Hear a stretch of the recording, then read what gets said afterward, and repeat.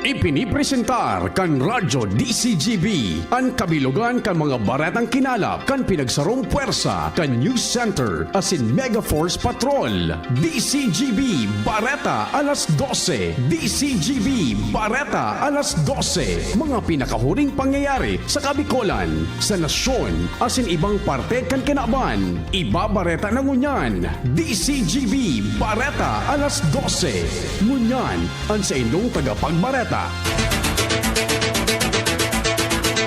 Marhay na do mga tugang, Miyerkules po ngunyan, petsa 3 sa bulan kan Hulyo 2024. Ini pong bareta alas 12 sin kami ang sedong mga magiging tagapagbareta. Ako po si Jasmine Baloloy. Ako man po si Mardelab, daing iba. Enot sa headlines sa tang drakulang mga bareta sa lado lokal. Kumpirmasyon ni Divine Banyares bilang appointed provincial administrator kan Albay, iginilig ng unakan sangguniang Pandalawigan.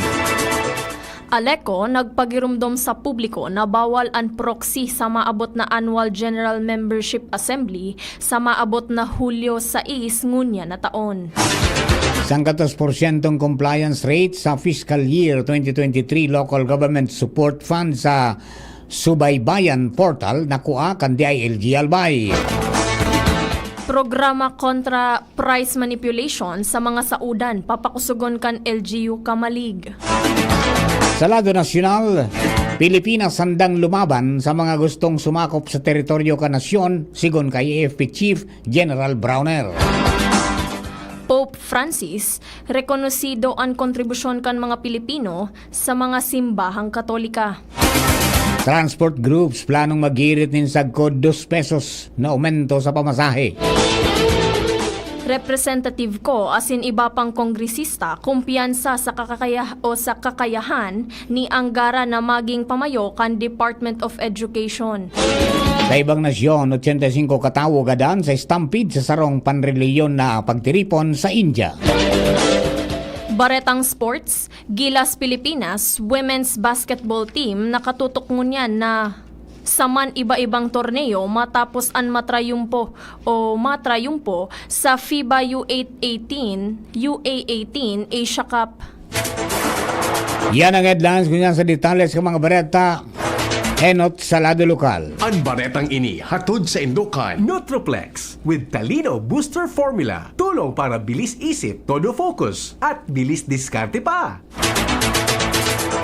Kay puwan pang makapagkumple kan sa iyang mga credentials asin mga dokumento si Divine Banyares kung kaya ay ginilid ng una para mentas kan sangguniang Pandalawigan kan Albay ang sa iyang konfirmasyon bilang appointed provincial administrator kan Albay. Sa entrevista kan DCGB News kay kinatawan Sheena Marie Onrubia de la Cruz, pigalat paninda ang kopya ka mga credentials mantang pigtawan panin panahon si Banyares na si kasuhon ang kagadan ka mga members kan sangguniang Pandalawigan. Ipinayag man ni Banyares ang desisyon asin mga kaputan kan sangguniang Panlalawigan may kinaraman sa iyang credentials. Sinabi ni kinatawan de la Cruz na sangunyan dokumento na sana ang pigalat asin sa masunod na sesyon posibleng gilayo na tukaron ang mga impormasyon para sa opisyal na kumpirmasyon sa nasabing opisyal bilang provincial administrator kan Albay. Ang baretang ini hatod sa Indokan. Liver Aid Silimarine Capsule. Liver Aid. It's liver or lover, boys. Nakuha kan Department of the Interior and Local Government Albay ang 100% na compliance rate sa fiscal year 2023 Local Government Support Fund sa Subaybayan Portal kung sa monitor ang pag-uswag kan sarong proyekto.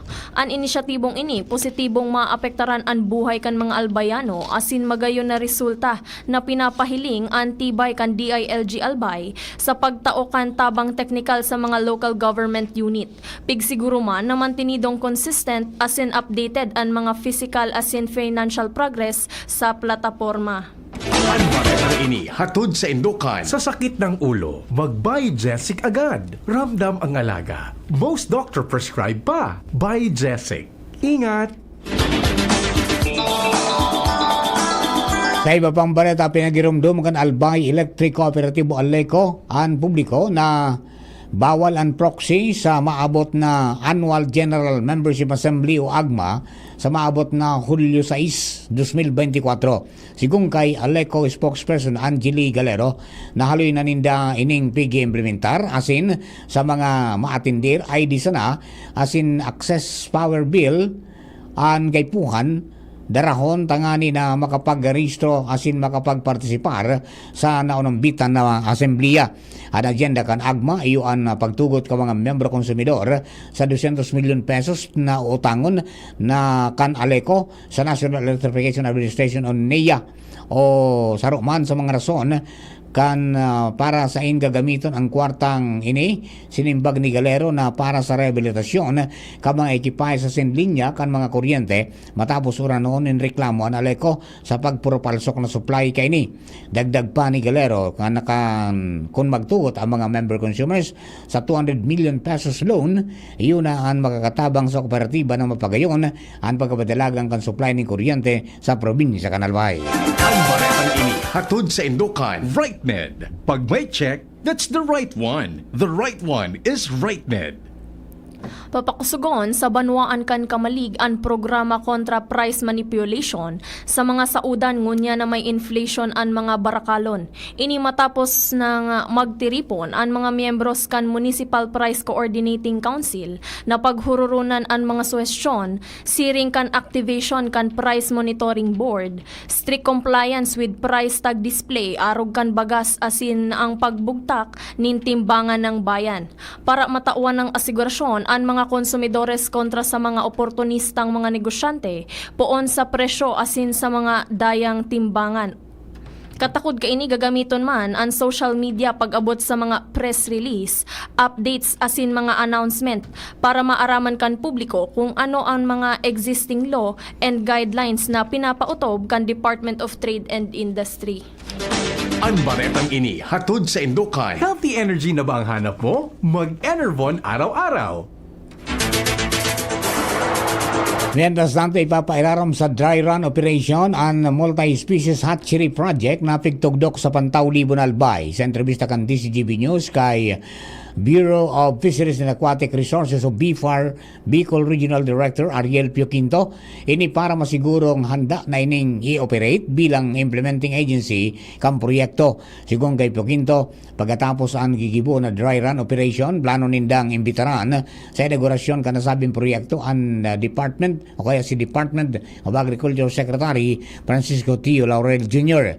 Mientras tanto, kumagiramduman sa naging entrevista kan DCGB News kay Albay 3rd District Representative Fernando Didi Cabredo, ang proyekto na establisar sa paagi kanle na pigpasar niya sa Kongreso na iyo ang Republic Act 11807. Ini may katuyuhan na makapagtao nindugang na dilensya sa LGU mantang dakulaman ang magiging tabang kini sa mga tao na gustong makagibon in fish pond dahil ang tainian masupply ni mga similya kan sira makusa na sa banwaan kan Libon, Albay kundi pati na sa bilog na riyon kan Kabikolan asin man sa Bisayas. Ang baretang ini hatod sa Indokan. Unilab. Yan ang alagang Unilab.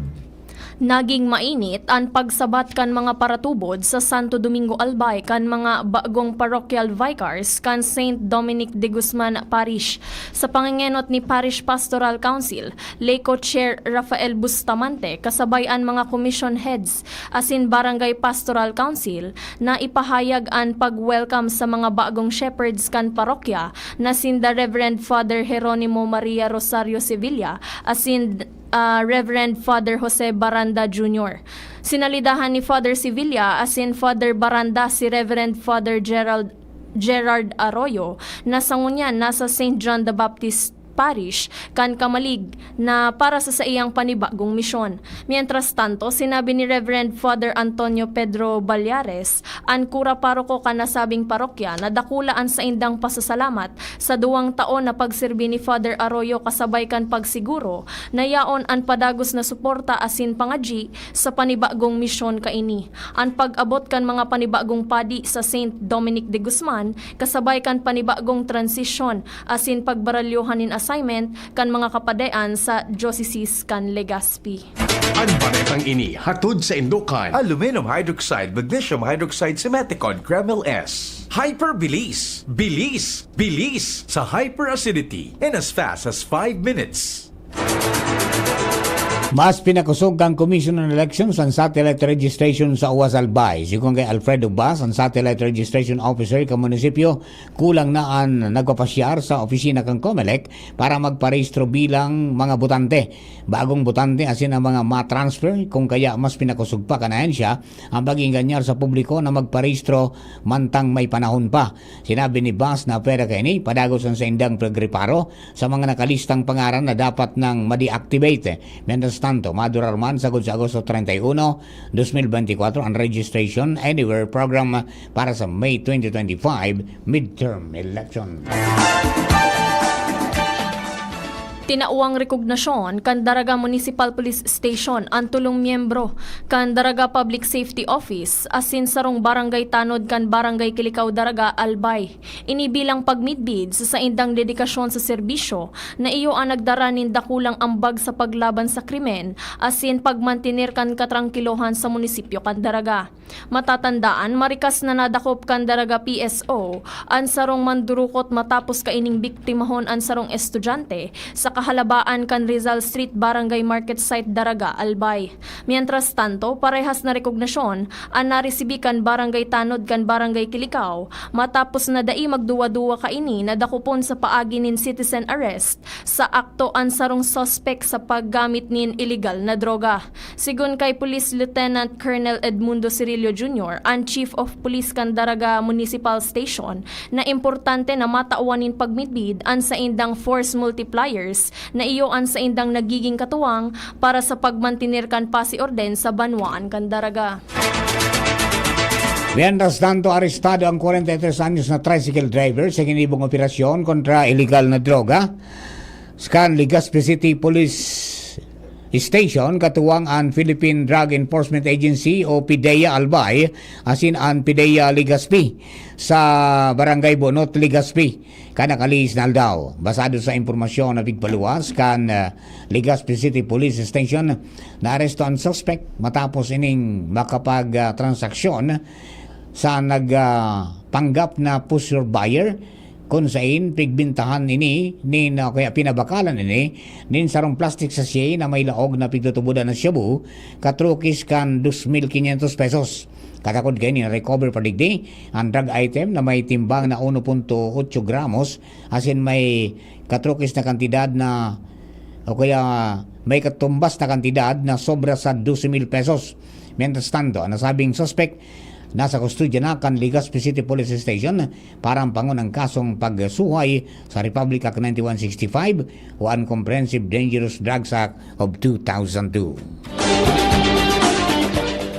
Naarestar kan mga kapulisan ang rank 1 most wanted person kan Police Regional Office 5 sa kasong murder sa ginibong operasyon kan PNP Bicol sa San Miguel, Bulacan kan nakaaging aldaw.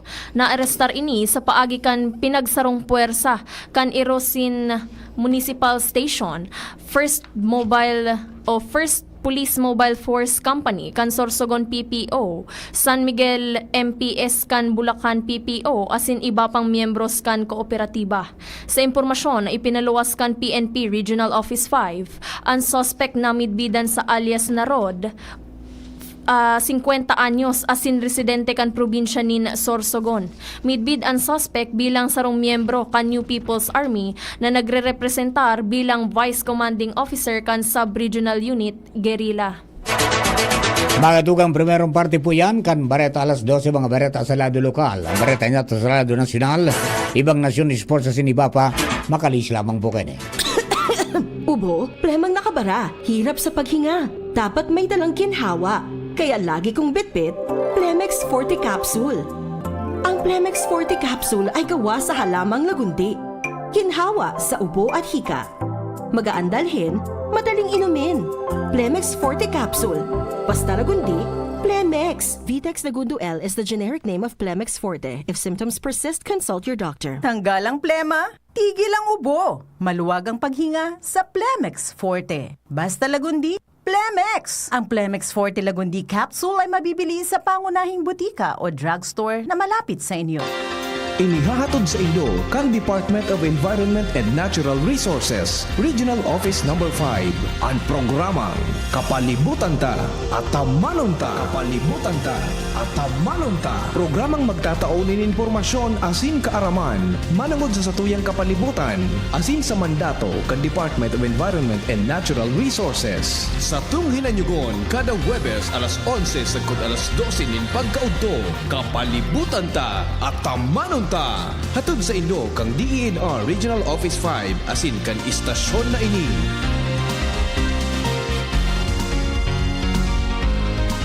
Ang Albay Electric Cooperative Incorporated or ALECO nagaako na din mga aplikasyon para sa Lifeline Subsidy. Ang mga kwalipikado digdi iyo ang mga Pantawid Pamilyang Pilipino Program or 4Ps beneficiaries asin itong mga marginalized consumers. Para sa mga miyembros kan 4Ps, kaipuhan sa aplikasyonan sa inyong 4Ps ID asin latest bill. Para sa non-4Ps o itong mga marginalized consumers, ang mga requirements iyo ang mga minasunod. Certification halay sa Social Welfare and Development Office sa indong syudad o munisipyo na nagpapatunay na ang aplikante sa rong low-income earner base sa latest poverty threshold na ipigmok na kan Philippine Statistics Authority government-issued ID as in latest bill. Pagirumdom na ang diskwentong ini otomatikong ia-apply sa monthly consumption kan mga kwalipikadong aplikante na day mahalangkaw sa 25 kilowatt-hours. Ipasa ang mga nasabing requirements kasabayan ng accomplished application form sa ALECO Service and Collection Office sa indong lugar. Kung kwalipikado ka, dai na magduwa-duwa. I-avail na ang subsidiyang ini ka ALECO. Nagtatabang na puun baga ito Sinda kita ika ako Bicol Na matita ang totoong serbisyo Hanggang ngunyan ako Bicol ang sa puso ko Igwang tabang sa turismo asin pag-asenso May mga scholar na nagkaigwang trabaho Kadakol na mga naginibo Lalo sa mga para o matius na pamilya pa Senior citizen asin ka Jovenesan yan ang AKP Ako Bicol. Ako Bicol Party List. Katabang na, kasurug pa. Aray! Manny Pacquiao po, sa araw-araw na laban, kahit maliit na aray, pag binaliwala, baka di ka na makasabay. Alaksan FR Tulos. Diretso sa pinagpupnan kan kulog kon hawak. Sa maliit o malaking aray, Alaksan FR agad. Unilab yan. Ibuprofen paracetamol is the generic name of Alaksan FR. If symptoms persist, consult your doctor. Experience a night filled with extraordinary joy, love, and inspiration through music and praise. Experience God's love in a beautiful way. Nasa iyong palad ang iyong likha Come, celebrate your faith and receive God's more with the Expand Worship Celebration 2024, a benefit worship concert with Brother Bo Sanchez, our renowned motivational speaker, Catholic lay preacher, book author, and founder of the Feast and Light of Jesus Family, along with Brother Alvin Barcelona and Brother John Escoto, happening on August 24, 3 p.m. onwards at the Ibalong Center for Recreation, Legazpi City. Tickets are available at the LCC Business Center near you. Visit, like, and follow The Feast Bicol for more details and promos. Brought to you by The Light of Jesus Family, The Feast Bicol Community. Madya, makisumaro, magresibi. Be part of this bigger mission, and together, let's receive God's more. Hashtag Receive Expand Worship Concert 2024.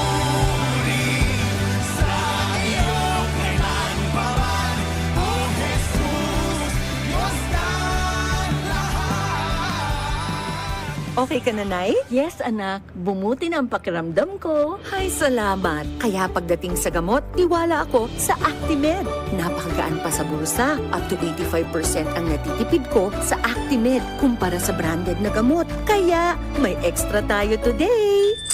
Tara na, pasyal tayo. Ay, salamat sa wise kong anak. Salamat sa Actimed Quality Generics. Diyan lang yan sa Generica Drugstore. If symptoms persist, consult your doctor. Abot kayang gamot na singbisa ng branded? Mag-Actimed by Generica Drugstore. Sa Actimed Quality Generics, abot kaya ang ginhawa. Punta na sa Generica Drugstore. If symptoms persist, consult your doctor.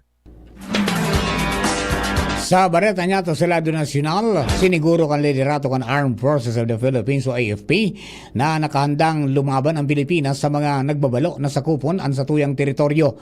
Inang tinawanin doon ni AFP Chief of Staff General Romeo Bronner sa padagos na kinakatubang na hagyat kan Pilipinas laban sa China, partikular ang issue sa West Philippine Sea.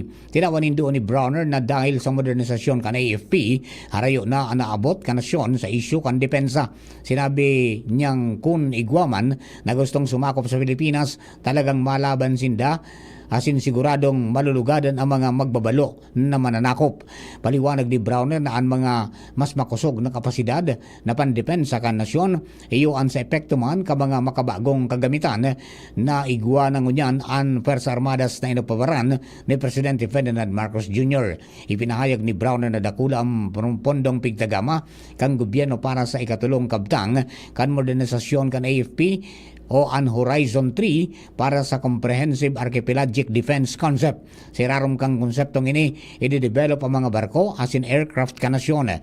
Nakalinyada man ani sa mas dakul pang barko o corvettes o mas midbid bilang warships, siring man ang jet fighters na babakalon. Ipinagurgulyo man ni Browner na sirarom kan modernisasyon, igwa na kitang radar defense system, surveillance system, asin ang minaabot pa sana na missile system na kayang magpalubog ng barko. Maging ang mga kakayahan kan mga soldados nag-level up naman dahil sa pig-insayo na sinda sa cyber warfare para sinda maging cyber warriors. Kaibanan man sa training ang pagbilog ni mga bagong organisasyon arog kan missile regiments asin cyber command. Aminado si Brown na nadakol talaga ang gustong magsakop sa Pilipinas maging ang mga nakapalibot na kadagatan kanasyon, kaya kay puha na maipailing na kayang-kaya tang depensahan ang satuyang teritoryo diretso asin sovereign rights. Pinaabot ni Pope Francis kay President Ferdinand Marcos Jr. ang sa iyang pagmidbid asin paghanga sa mga Pilipino dahil sa kontribusyon kan mga ini sa simbahang Katoliko bako sana sa Pilipinas kudi sa bilog na kinaban.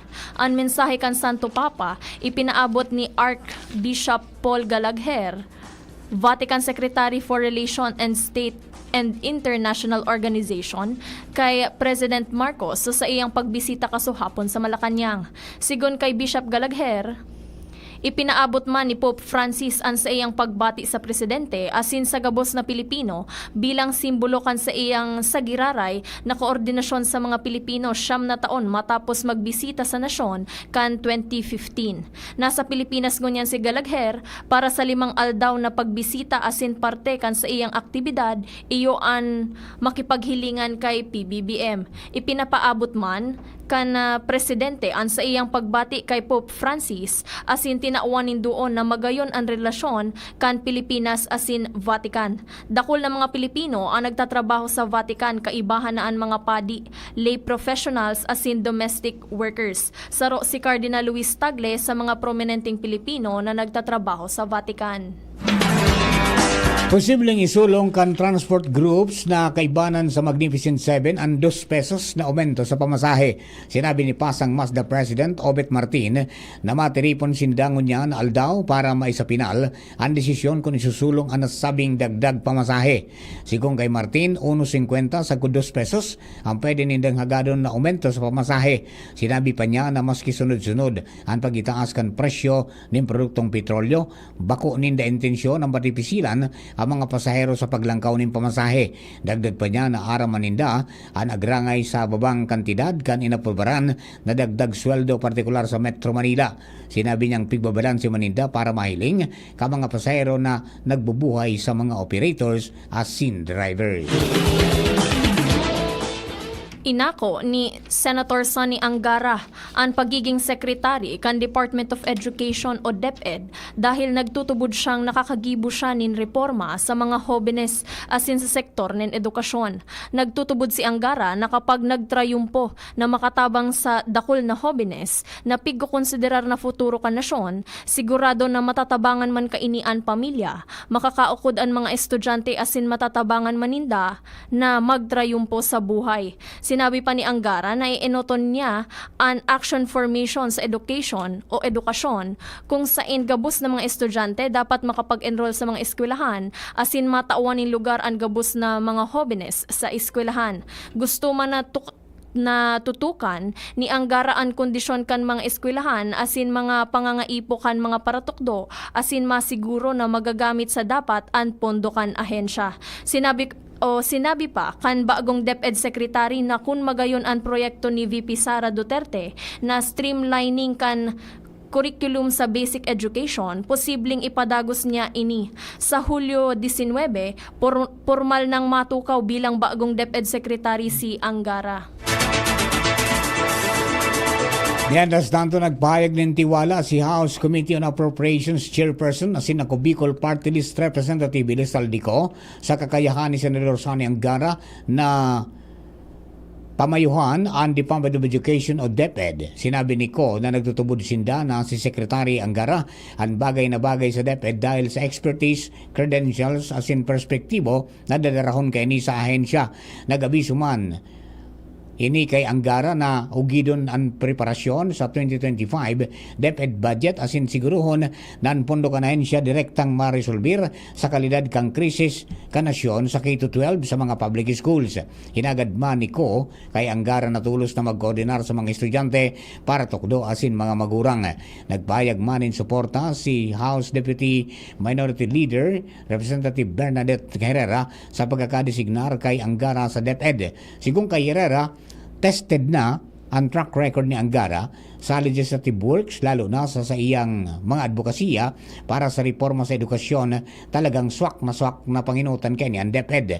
Kumpiyansa man si Herrera na mapakusog pa ni Angara ang koordinasyon kang gobyerno asin educational institution na importante para mapalangkaw ang kalidad kan edukasyon sa Pilipinas.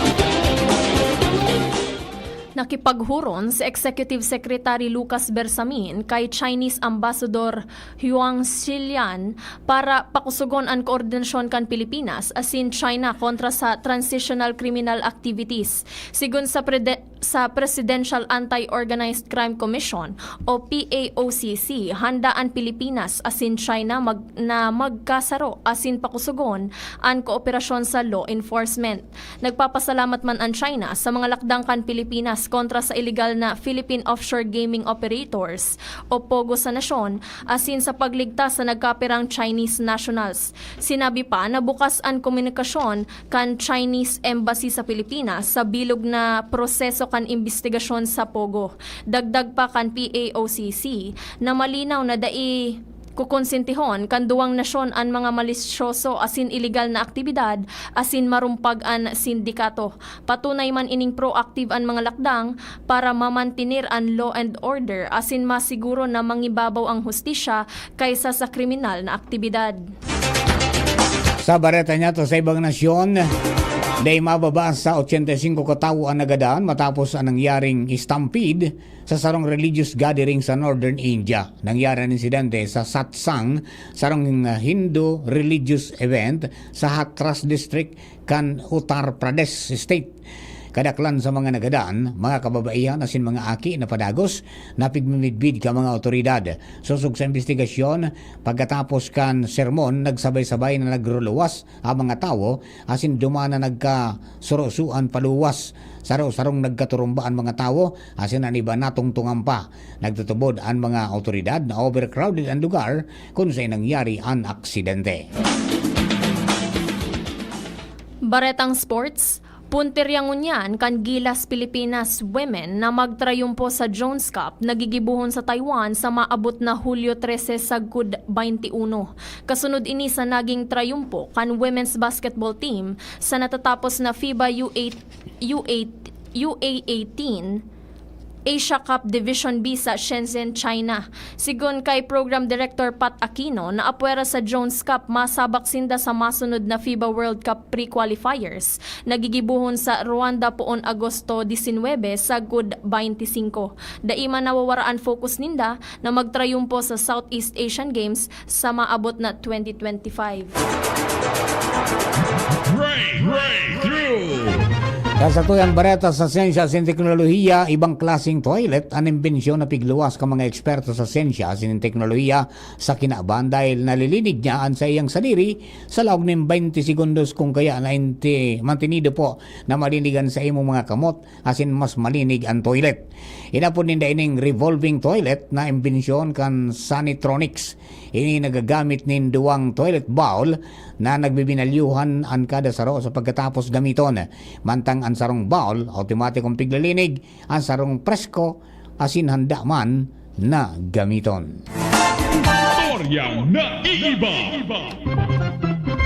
Naghahanap nin professional sleeper ang sarong New York-based mattress kumpanya na susweldohan ninda para magkaturog asin maging sleeping influencer sa social media. Sigun sa kumpanyang Casper, naghahanap sindangunyan nin empleyado na kayang magkaturog sa saindang mga outlet store asin may kakayahan na magkaturog nin nanok sa mga bako ordinaryong lugar. Nagkapira sa mga rekisitos na igwa dapat ang mga aplikante o an hunason na katurog mantika na dai dapat basta-basta nagigimata sa diit na ribok asin makaskas na piruton. Apwera sa pagkaturog sa trabaho, saro sa responsibilidad kan professional sleeper, iyo ang dapat dokumentado sa mga videos an kada pagkaturog asin willing ini-post sa social media ang mga sleeping videos niya. Hinagad man ni Casper o hinagad man kan Casper sa mga aplikante na ipahiling sa TikTok ang talent sa pagkaturog bilang parte kan sa indang audition. Ang mga maswerteng ma-hire sa trabaho, tutugutan na maglaog na nakasulog nin pajama asin makakaresibi nin mga produkto kan kumpanya. Hulyo 3 kan taon 1997 kan mag-abot sa nasyon, lunad kan Royal Yacht Britannica si Prince Charles kan Britanya kasunod kan turnover kan Hong Kong hali sa British rule pasiring sa China. Sa sarong seremonya na ginibo sa Malacanang kasabay sa Presidente Fidel Ramos asin sa iyang agom na siming, pigresibi ni Prince Charles ang duwang tarsiers hali sa covered basket asin kinaputan ang saro sa inda sa iyang palad bago man ibinalik ang hayop sa iyang caretaker. Alaga, dayman dinara ni Prince Charles ang mga tarsiers sa pag-uli niya sa Britanya asin imbis kay ni pig-turn over niya sa local group na Philippine Tarsier Foundation na pinagmamanihar ni Jesus Alvarez, sarong dating opisyal kan Philippine Wildlife para Atamanon. Mga tugang yun na po ang sa tuyang kabilugan kan Bareta alas 12. Kini pa na kinalap sa DCGB News Bay. Kapangarang kan sa itong nakatuwang sa pagsurat kan mga bareta, Jenny Matthew Balyaran, Ciara Meliron, asin Mary Joy Jaresco. Lado Technical, kasabay niya to Ronald Baldo, DCGB Social Media Department, Jerome Nico Martinez, ito pong IT. Kaling man sa pangarang kan bilog ng persa kan Mega Force Patrol, kami po ang sino mga naging tagapagbareta. Ako po si Jasmine Baloloy. Ako man po si Mardila Daing Iba. Thank you for keeping us company. Ang salamaton po sa nagarantabay sa DCGB News Online Facebook page. Silo kay Gregorio Pincaro, siring man si Kuya Bob Candano, asin po ang mga nagantabay man sa DCGB 729 kHz sa Pitanga sa idong mga radyo. Kaya boss, thank you for keeping us company. God bless the Philippines. Sa indong nadangog ang mga darakulang bareta ngunyan na aldaw. Ang tabayan ng giraray sa aga ang sarupang edisyon kan DCGB Bareta alas 12. Abangan ang masunod na programa. Realize true comfort and relaxation at Dorotea Resort and Spa, a perfect venue for family outings, couple retreats, and various functions such as weddings, birthday parties, corporate seminars, and conferences.